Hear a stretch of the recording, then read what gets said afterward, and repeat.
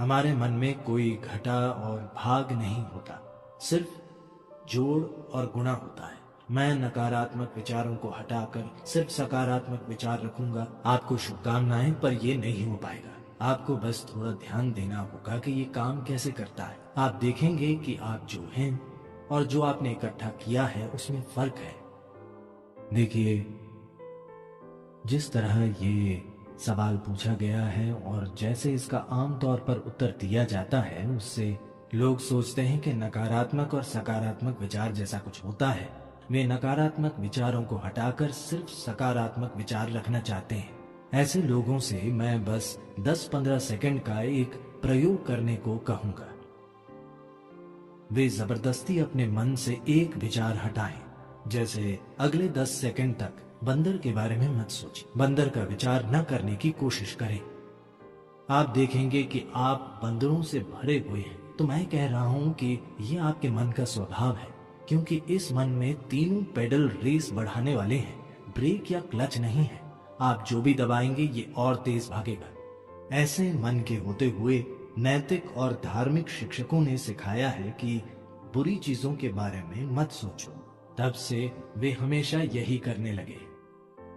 आप मन को ऐसे बिल्कुल नहीं संभाल सकते। इसके लिए आत्मज्ञान जरूरी नहीं है। अगर आप 2 मिनट आंखें बंद करें तो आप जान जाएंगे कि आप इस मन के साथ कोई जबरदस्ती नहीं कर सकते। तो मैं बुरे विचार हटाना चाहता हूँ, इस दिशा में कभी मत जाइए, क्योंकि आप जो हटाना चाहेंगे वो आपका गुण बन जाएगा, वो हमेशा हावी रहेगा। तो मुझे क्या करना चाहिए? बात यह है कि मन की बुनियादी प्रक्रिया को समझे बिना, क्योंकि हमारा मन, इंसानी मन, धरती का सबसे जटिल कंप्यूटर है। सभी सुपर कंप्यूटर्स भी इसी से निकले हैं। अब ऐसा है तो क्या ये जरूरी नहीं है कि हम इसके काम करने का तरीका समझें? अगर आप मुझसे पूछें तो इसका एक सरल पहलू ये है कि हमारे मन में कोई घटा और भाग नहीं होता, सिर्फ जोड़ और गुणा होता है। अगर आप इससे कुछ हटाना चाहेंगे तो ये कहेगा एक और। अगर आप बहुत जोर देंगे तो ये कई गुना हो जाएगा। ऐसे मन में आप अच्छा और बुरा पहचान कर उन्हें हटाने की कोशिश मत कीजिए। सबसे पहले हमें ये समझना होगा This mind of yours, this body of yours is supposed to serve you. कि आपका ये मन और शरीर आपकी सेवा के लिए ही है। आपका जीवन महत्वपूर्ण है।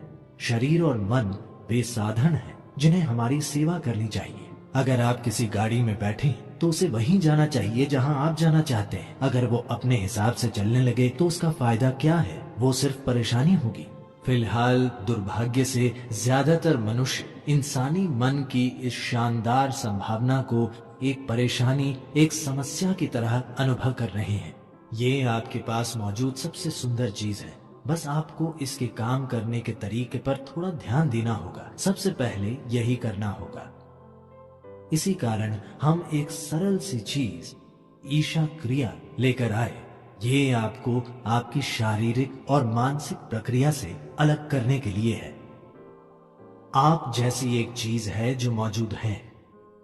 ये आपके सभी विचारों और भावनाओं और शारीरिक प्रक्रियाओं का जोड़ नहीं है। आप इन सब से परे हैं। अगर आप अपनी आंखें बंद कर लें तो कुछ नहीं दिखता, पर आप मौजूद होते हैं।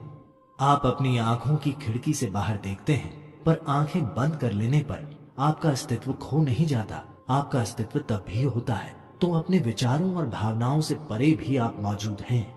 So that you, the life that you are, this has to come into your experience.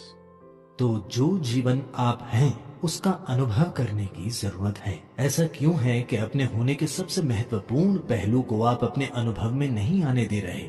फिलहाल हमारे जीवन का सबसे महत्वपूर्ण पहलू है कि आप और मैं इस समय जीवित हैं। बस यही है। मैं क्या सोच रहा हूँ, आप क्या सोच रहे हैं, ये महत्वपूर्ण नहीं है। हम इस समय जिंदा हैं, यही महत्वपूर्ण है। तो ये महत्वपूर्ण है कि आप अपने भीतर बुनियादी जीवंतता पर ध्यान केंद्रित करें। तब आप देखेंगे कि आप और आपकी विचार प्रक्रिया के बीच एक दूरी आ गई है। अपनी मानसिक प्रक्रिया और शारीरिक प्रक्रिया से दूरी बना लेना, यही कष्टों का अंत है। क्योंकि इंसान केवल 2 तरह के कष्टों से गुजरता है, शारीरिक कष्ट और मानसिक कष्ट। जब आप खुद के और मन के बीच, खुद के और शरीर के बीच थोड़ी दूरी बना लेते हैं तो ये दुखों का अंत है। इसे हर मनुष्य को जानना और समझना होगा, नहीं तो आप सोचते रहेंगे मैं बुरे विचार हटाकर सिर्फ अच्छे विचार रखूंगा। मेरी शुभकामनाएं, पर ये नहीं हो पाएगा। 100% ये काम नहीं करने वाला, क्योंकि कोई विचार हटा नहीं सकता, उन्हें कुछ समय तक टाला जा सकता है। तो जब बुरे विचार आते हैं आप कहें राम राम, शिव शिव, जो भी आप कहें, पर ये सिर्फ उनसे बचना हुआ, वो चले नहीं जाते। जिस पल आप उन्हें रोकते हैं वे बड़ी ताकत से फिर आएंगे, वरना वे आपके सपनों में वापस आ जाएंगे। तो ये बहुत महत्वपूर्ण है। सबसे पहले आपको समझना होगा कि आपका गुस्सा, नाराजगी, आपका जो डर है, जो भी नकारात्मकता आप पैदा करते हैं, आमतौर पर नाराजगी और गुस्सा हमेशा किसी दूसरे की ओर होते हैं। पर हमें समझना होगा कि ये जहर हम खुद पी रहे हैं और दूसरे के मरने की उम्मीद कर रहे हैं। सौभाग्य से जीवन ऐसे काम नहीं करता। अगर मैं जहर पीता हूं तो मैं मरूंगा, मेरे जहर पीने पर आप नहीं मरेंगे। तो हमें ये समझना होगा, जहर से मेरा मतलब है आज आप इसकी जांच करा सकते हैं। फिलहाल आपका खून कैसा है? फिर 5 मिनट तेज गुस्सा करें और अपने खून की जांच कराएं। उसमें कई नकारात्मक तत्व होंगे। आप वाकई खुद को जहर दे रहे हैं। तो क्या आप जहर पीना चाहते हैं? बिल्कुल नहीं। अब मैं क्या करूं? ये सवाल एक तरह की मजबूरी से आ रहा है। कुछ मत कीजिए, बस आराम से बैठिए और बस जीवन प्रक्रिया पर ध्यान दीजिए। शायद आपके दिल की धड़कन या आपकी सांस, शायद जीवित होने की अनुभूति, आप कितने संवेदनशील या बोध पाने की काबिलियत रखते हैं, उसी के हिसाब से कुछ चीजें, शरीर की कोई संवेदना, आपकी सांसें, दिल की धड़कन या कुछ ऐसा लें जो आपको जीवन का संकेत देता। बस उस पर कुछ समय तक ध्यान दीजिए। धीरे धीरे आप देखेंगे कि आप और आपने जो इकट्ठा किया है उनमें एक दूरी आ गई है। इकट्ठा की गई चीजें हैं आपकी शारीरिक प्रक्रिया और मानसिक संभावना या फिर मानसिक अस्त व्यवस्था।